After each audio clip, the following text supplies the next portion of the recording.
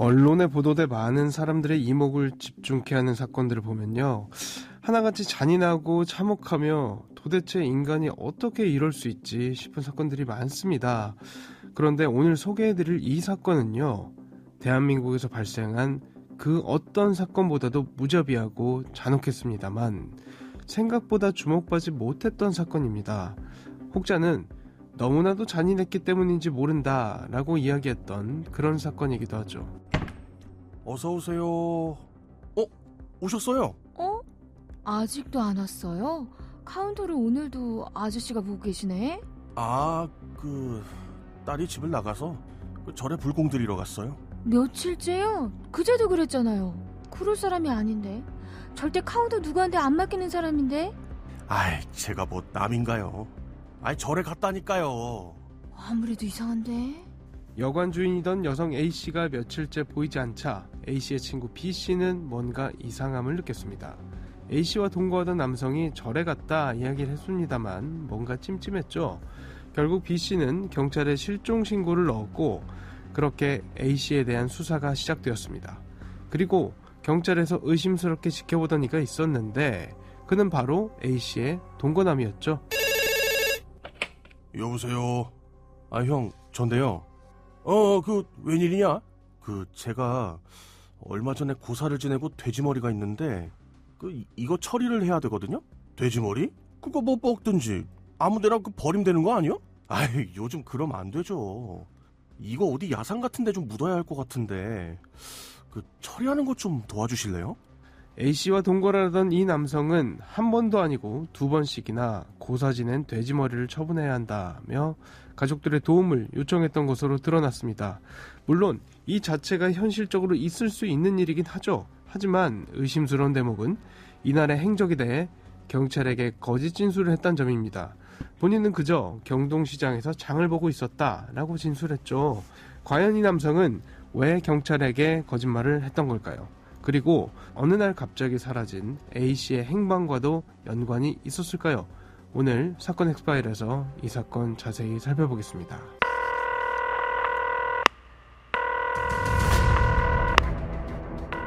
사건은 보이는 것보다 가까이 있다. 이원화 변호사의 사건 엑스파일. 안녕하세요. 사건 엑스파일 이원화입니다. 오늘도 로엘 법무법인 권지한 변호사와 함께합니다. 변호사님 어서 오세요. 안녕하십니까. 로엘 법무법인의 권지한 변호사입니다. 범행 방식이 말로 하기 어려울 정도로 잔인하고 잔혹했던 그런 사건으로 기억하는데요. 어떤 일이 있었던 건지 처음부터 차근히 살펴볼까요? 네, 이번에 살펴볼 사건은요. 월곡동 황금장 모녀 살인 사건이라고 이름을 달 수 있겠습니다. 네. 이 사건의 범인은요. 현재 미집행 사형수로 수감 중인 성낙주입니다. 네. 성낙주는요. 이 사건 이전인 1977년에 출가해서 한동안 승려로서 삶을 살다가요. 네. 84년에는 승적이 박탈되고 또 그 이후에는 승려적 경험을 이용을 해서 철학관을 열고 생계를 또 어찌저찌 해결하며 살았던 인물입니다. 네. 성낙주는요. 철학관을 운영하면서 결혼도 하고 슬하에 3명의 자녀까지도 둔 상태였는데요. 이후 아내가 가출하자 자신의 자녀들을 고향에 계시는 부모님께 맡겨두고 떠돌이 생활을 하던 자였습니다. 평범하지만 않은 삶을 살았던 걸로 보이네요. 네, 평범하게 산 사람은 아니죠. 그렇죠. 네. 동시에 경제적으로도 풍족한 삶도 아니었던 것 같습니다. 네. 성낙주는요. 1993년에 자신의 철학관을 찾아온 여성 A씨를 처음 만나게 됩니다. 바로 이 A씨가요. 월곡동에서 황금장이라는 여관을 운영하는 주인이었던 네. 것입니다. 성낙주는요. 여러 대화를 나누면서 A씨가 남편 없이 홀로 여관을 운영한다는 사실을 알게 되었습니다. 성낙주는 A씨의 이러한 사정을 이용하기로 마음먹었고요. 의도적으로 A씨에게 접근했습니다. 의도적이라고 하셨는데 어떤 이유가 있었을까요? 일단 성낙주 씨는요. A씨의 재력을 탐냈던 것이 가장 컸습니다. 성낙주는 A씨에게 점도 봐준다, 사주를 봐주겠다 이런저런 핑계를 대면서 A씨의 집을 자꾸 들락날락 거렸고요. 그리고 A씨가 허리가 아프다고 하니 허리에 침도 놔주고 뜸도 놔주면서 관계를 발전시켰습니다. 그러다가 결국에는 성낙주 씨는 철학관을 정리하고 A씨와 동거를 하기 위해서 A씨의 여관으로 들어가게 되었고요.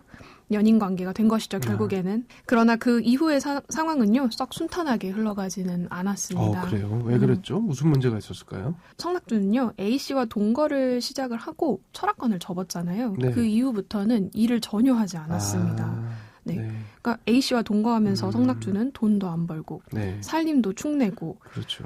또 심지어 성낙주는 성기능 장애가 있었습니다. 그래요? 그래서 A씨로부터 남자 구실을 못한다라는 구박까지 받으면서 점차 두 사람 사이에 다툼이 심해졌던 것으로 보입니다.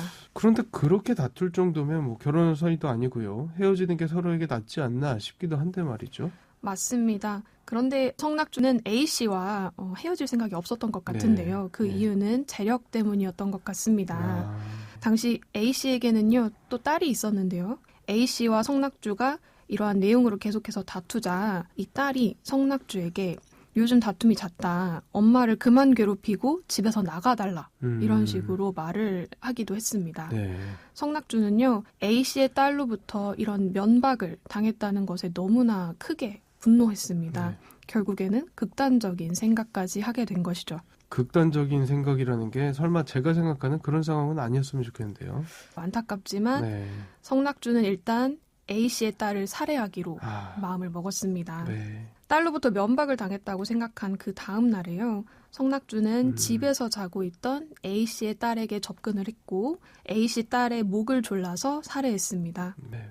그리고 성낙주는요, A씨 딸의 시신을 무참하게 훼손하고 처리했는데요. 그 훼손한 방식이 너무나 잔인해서 차마 말로 설명드릴 수 없을 정도입니다. 그래요. 도대체 어느 정도였길래 그렇게 말씀을 하시는지 한번 그래도 들어봐야 되지 않을까요? 네, 저도 말로 설명하면서 조금 비위가 상할 네. 정도인데요. 네. 당시 성낙주는요, A씨의 딸의 시신을 약 40회의 토막을 냈습니다. 그리고 살점을 잘라서요, 변기에 버리고 토막난 시체를 검정 비닐봉지에 담고 그걸 또 종이박스에 담아서 네. 그렇게 은닉을 하려고 했습니다. 이런 방법으로 시체를 몰래 처리하려고 했던 것이죠. 왜 그렇게까지 했을까 싶은데요. 그 이후에는 어떻게 됐죠? 일단 성낙주는 종이박스에 시신을 모두 담았고요. 그 다음에 자신의 이복 동생에게 전화를 겁니다. 네. 전화를 걸고 고사를 지낸 돼지머리를 버려야 하니 도와달라라는 도움을 요청합니다. 아무것도 몰랐던 이 이복 동생은요, 성낙주의 도움 요청을 받고요.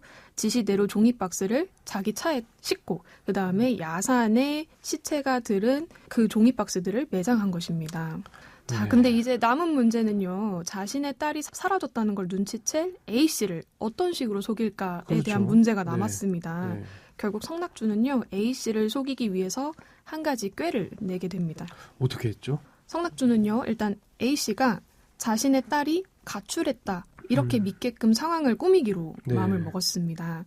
미리 구매해둔 타자기를 이용해서요, 마치 딸이 쓴 것처럼 메모를 작성했습니다. 그 메모 내용을 한번 살펴보면요. 엄마 나 사랑하는 남자가 생겨서 그 남자를 따라가기로 했어요. 엄마도 나를 잊고 아저씨랑 행복하게 사세요 라는 내용이었습니다. 근데 주목할 것은요. 이 딸이 중학교 3학년이었다는 겁니다. 좀 이상하죠. 이상하네요. 네. 네. 그래서 이 메모를 본 A씨는 자신의 딸이 가출했다고 생각을 했고 경찰에 가출 신고를 했습니다. 네. 뭐 어찌저찌 A를 이렇게 속인 성낙주는요. 자신은 아무것도 모르는 것처럼 또 전처럼 똑같이 생활을 했습니다. 그런데 일단 A씨는 성낙주와 계속해서 다투면서 남자 구실도 못하는데 돈도 없는 당신을 어떻게 믿고 사냐라는 말을 하기도 했습니다. 네. 네.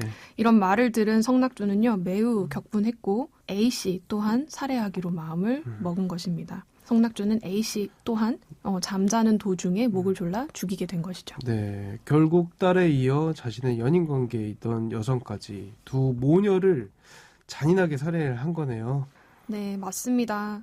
A씨를 살해한 뒤에는 이번에도 시체를 잔인하게 훼손하고 처리했습니다. 성낙주는 A씨의 시신을요, 이번에 식칼이 아닌 수술용 메스를 이용해서 토막을 냈고요. 살점을 도려내고 정화조에 버리고 또 남은 시신을 종이상자에 담았습니다. 그리고 이번엔 이복 동생이 아니고요. 이복 형에게 연락을 해서 똑같이 고사 지낸 머리를 처리하는 데 도와달라는 말을 했고요. 아무것도 몰랐던 이복형은 성낙주 요청에 따라서 그 종이 박스들을 들고 가 공사장에 매장을 하게 되었습니다. 네. 이후 상황이 어떻게 됐을지 딸은 가출했다고 해도 이 여성은 여관을 운영 중이라고 하고 있었잖아요. 수습이 잘 안 됐을 것 같거든요. 네, 맞습니다. A씨와 친하게 지냈던 지인이 A씨가 사라진 것을 알아채고 성낙주에게 그 행방을 물었습니다. 그러나 성낙주는 자신은 모른다. 가출한 딸을 찾아서 절에 불공을 드리러 간 것 같다라는 네. 말만 하면서 둘러댔습니다. 네네네. 그러다 이제 수사가 진행이 되기 시작했는데요. 일단 경찰은요, 모녀의 집으로 찾아갔습니다. 그리고 그 딸이 남겼다는 메모를 발견하게 됩니다. 네. 딸의 메모를 본 경찰은요, 아무래도 중학교 3학년밖에 안 된 딸이 이런 메모를 남기고 가출했다는 것이 굉장히 의심스럽다고 생각을 그렇죠. 했기 네. 때문에 성낙주를 일단 의심하기 시작했습니다. 그래서 경찰은 성낙주에게 이 사건 범행에 대해서 이제 의심을 하면서 계속해서 추궁했지만 네. 성낙주는 모른다는 취지로 말을 계속 반복하고 음. 대답을 회피하기만 했습니다. 네. 그러다가 경찰은요, 이 메모에서 아주 특이한 점을 발견했습니다. 그래요? 네. 네. 그 옆쪽을 뜻하는 네. 옆의 경우에는 피읍 받침이 있는데 네. 이 메모에는 피읍이 아닌 비읍으로 오타를 낸 것이죠. 네. 그래서 이 메모를 성낙주가 조작한 것이 아닌가 하는 의심을 가졌던 경찰은 네. 성낙주에게 옆이라는 글자가 들어가게끔 자필로 진술서를 네. 쓰게끔 유도했습니다. 네. 그래서 그 확인을 해보니 결국 성낙주는 그 옆이라는 오타를 비읍 받침으로 내고 있었던 것이죠. 네. 그래서 결국 경찰은 성낙주가 이 사건 범행에 깊게 연루되어 있다고 거의 확신을 하게 되었습니다. 네네. 그래서 계속해서 경찰은 성낙주에게 A씨와 또 그 A씨 딸에 대한 실종 사건을 추궁을 했습니다. 네. 그리고 알리바이를 확인을 했죠. 네. 그러나 성낙주가 말했던 알리바이는 전부 거짓인 걸로 들통났습니다. 그렇구나. 이 아무리 뻔뻔하다고 해도 알리바이가 완벽하게 거짓이라는 증거가 드러났다고 할 정도면은 계속해서 부인하기 쉽지 않았을 것 같은데 결국에는 본인이 죽였다 자백을 했나요? 어땠나요? 네, 계속해서 알리바이가 이제 거짓이라는 게 드러나고 어떤 증거가 계속 발견이 되니까요. 성낙주도 결국에는 자신의 범행을 모두 자백했습니다. 네. 자, 경찰이 증거를 찾지 못했다면 끝까지 자신의 죄를 인정하지 않았겠다 이런 생각도 드는데 재판에 넘겨졌겠죠? 일단은 성낙주 씨는요, A씨와 그 딸을 살해하고 시체를 토막내고 안매장한 혐의로 기소가 되었고요. 네. 재판을 받았습니다. 그리고 재판부는 성낙주에게 사형을 선고했고요. 네. 판결이 확정되었습니다. 네. 중요한 건 이 판결이 확정된 1995년에는요, 사형 집행이 가능한 상황이었는데 네네. 성낙주는 이러한 상황을 아주 교묘하게 피했습니다. 그게 본인이 피하고 싶다고 피해진 일이 아닐 것 같은데 어떤 특별한 일이 있었을까요? 네, 당시 갑자기 주한 미군 에런 베이츠라는 인물이 등장하면서 네. 상황이 좀 묘하게 흘러갔습니다. 에런 베이츠는요, 6살 때 미국으로 입양이 되었는데 이후 친부모를 찾겠다면서 한국에 들어왔습니다. 그리고 이 에런 베이츠가요, 성낙주를 자신의 친아버지라고 지목한 것입니다. 그래서 실제로 에런 베이츠와 성낙주가 교도소에서 특별 면회를 하고 만나기도 했고요. 이런 감동적인 상황 때문에 사형수에 대한 우호적인 분위기가 만들어지게 된 겁니다. 그러다가 갑자기 반전이 생겼습니다. 바로 성낙주와 에런 베이츠가 부자 관계가 아니었던 것이죠. 부자 상봉을 하고 나서 그 이후 한 3년이 지났는데요. 한 방송사에서 이 두 사람에 대한 DNA 검사를 진행했습니다. 근데 그 결과를 보니까요, 두 사람은 부자 관계가 아니라는 것이 드러나게 된 것입니다. 완전 대국민 사기극이라고 할 수 있겠네요. 네, 맞습니다. 물론 에런 베이츠는 끝까지 성낙주를 자신의 친부모라고 생각한다고 밝혀서 많은 사람들의 안타까움을 자아냈고요. 이 두 사람의 이야기는 영화 마이파더의 모티브가 되기도 했는데요. 실제로 이 영화는 사실관계와 사형수에 대한 인식을 너무나 미화했다는 비판을 받기도 했습니다. 네. 사건 엑스파일 오늘 저희가 준비한 내용은 여기까지입니다. 끝곡으로 잭 존슨의 Better Together 들려드리면서 이 시간 마치겠습니다. 여러분은 모두 변호받아 마땅한 사람들입니다. 사건 엑스파일 여러분 고맙습니다.